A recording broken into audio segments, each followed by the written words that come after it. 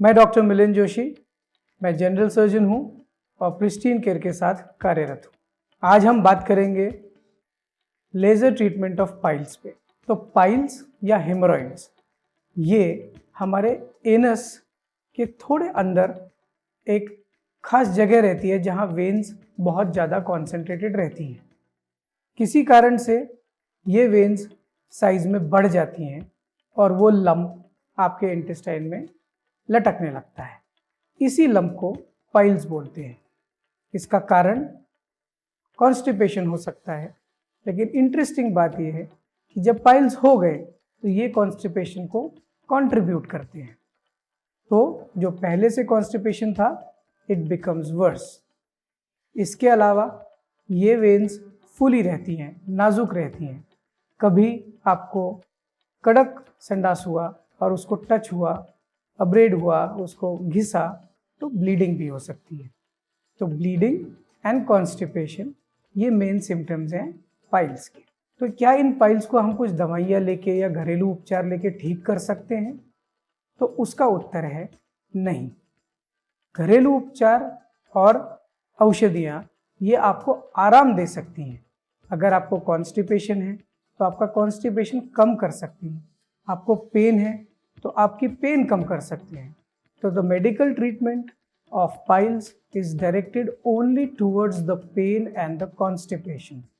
The piles per se are not affected much. So, the only treatment for piles is a surgical treatment, which is permanent. ये एक permanent solution इस sense में है कि आपको जो पाइल्स हो गई थी वो ठीक हो जाएंगी। इसका अर्थ बिल्कुल ये नहीं है कि मुझे दोबारा पाइल्स होगा ही नहीं, क्योंकि जिन कारणों से पहली बार आपको पाइल्स हुए थे वो कारण तो आपको ठीक करने हैं। जैसे आहार में बदल लाना। क्या बदल लाना है? स्निग्ध पदार्थ खाएं, रेशेदार फाइबरस फूड्स खाएं, कॉन्स्टिपेटिंग फूड्स जैसे रेड मीट्स है, मैदा है, अवॉइड करें। सुनने में बड़ा आसान लगता है, लेकिन पसंद की चीज़ें सारे ही मैदा से बन रही हैं आजकल। तो पिज़्ज़ा, पास्ता, बर्गर ये सारी चीज़ें अवॉइड करनी चाहिए। और फ्रूट्स, वेजिटेबल्स, सैलेड्स इनका समावेश अपने रोज के आहार में हमें करना चाहिए, फिर हमें दोबारा नहीं होगा। तो उपचार पद्धतियों के बारे में मैंने बताया कि surgical treatment is the only treatment. तो उसमें भी बहुत सारे ऑप्शंस हैं, उनके बारे में थोड़े से बात करेंगे, उनके एडवांटेजेस और डिसएडवांटेजेस में। एक आता है इंजेक्शन स्क्लेरोथेरेपी।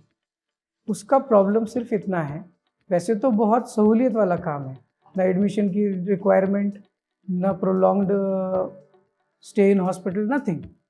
लेकिन उसका सबसे बड़ा प्रॉब्लम है it is the unpredictable mode of treatment.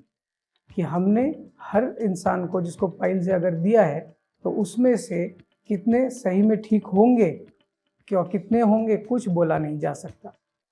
दूसरा आता है रबर बैंड लाइगेशन या धागे से बांधने वाली पद्धति। इसका बड़ा प्रॉब्लम ये है कि ये पूरा का पूरा ट्रीट होता ही नहीं। हालांकि सक्सेस है, लेकिन आधा रह जाता है और फिर से दोबारा बनने के चांसेस 100% हैं। और ये बहुत ही पेनफुल प्रोसीजर है। जब तक वो धागा बंधा रहता है तब तक आपको बहुत पेन होगा। तो it is a type of surgery, लेकिन वो रोज काटता है। तो क्यों हम इतना पेन सहन करें, क्यों ना एक बार में ही इसको काट दें। इससे हम आते हैं तीसरी पद्धति पे, कट करने वाली ट्रेडिशनल सर्जरी। ये एक अच्छी उपचार पद्धति है, लेकिन इसमें जख्म बड़े बड़े रह जाते हैं, जिसकी वजह से पेन बहुत ज़्यादा और बहुत दिनों तक रहता है। तो अब आप बोलेंगे फिर सब में ही डिसएडवांटेज है, तो फिर आप क्या करते हैं? तो that is why the lasers come in play here. Laser पद्धति में कोई काटाकाटी नहीं, कोई टाका नहीं, सिर्फ एक पंक्चर लेके उस पाइल्स के अंदर जाके उसको जब हम लेज़र एनर्जी देते हैं तो 60 to 70% पाइल्स तो वहीं श्रिंक हो जाता है और बचा कुचा 3 हफ्ते में पूरा श्रिंक हो जाता है। तो इसमें कट आया नहीं, इसमें कोई टाका आया नहीं, एज अ रिज़ल्ट कोई ज़ख्म हुआ नहीं, जख्म नहीं हुआ तो आपको पेन बहुत कम होगा। थोड़ा पेन होता है तो पेनलेस कहना गलत होगा, लेकिन definitely very less pain as compare to all other treatment options. And इसका एक और एडवांटेज है कि जो पाइल्स हमने ट्रीट कर दिया लेज़र से, ये वाला दोबारा नहीं आएगा। पहले जैसे मैंने बोला नए पाइल्स बन सकते हैं, उसको अवॉइड करने के लिए आपको आपके आहार पे कंट्रोल रखना पड़ेगा। ट्रेडिशनल सर्जरी में नॉर्मली 2-3 या 4 दिन भी एडमिशन लग सकता है, क्योंकि पेन इतना रहता है, ज़ख्म बड़ा रहता है, एंटीबायोटिक्स का रिक्वायरमेंट रहता है। लेज़र में इसकी ज़रूरत नहीं है। एक दिन में आप एडमिट होके आपका ट्रीटमेंट करा के अगली सुबह घर जा सकते हैं। रिकवरी में भी बहुत क्विक रिकवरी है as compare to the traditional surgeries में कुछ महीनों तक आपको तकलीफ हो सकती है, दर्द हो सकता है, ज़ख्म भरने को भी कुछ महीने लग सकते हैं। इसमें ज़ख्म तो है ही नहीं, जो थोड़ा बहुत आपको पेन है वो 2 या 3 हफ्ते के अंदर निकल जाता है। आप इस दौरान आपको रेस्ट की ज़रूरत नहीं है। इस दौरान आप आपका रूटीन नॉर्मल एक्टिविटीज़ सारे कर सकते हैं। So as we can see it is a much quicker recovery compared to the traditional hemorrhoidectomies.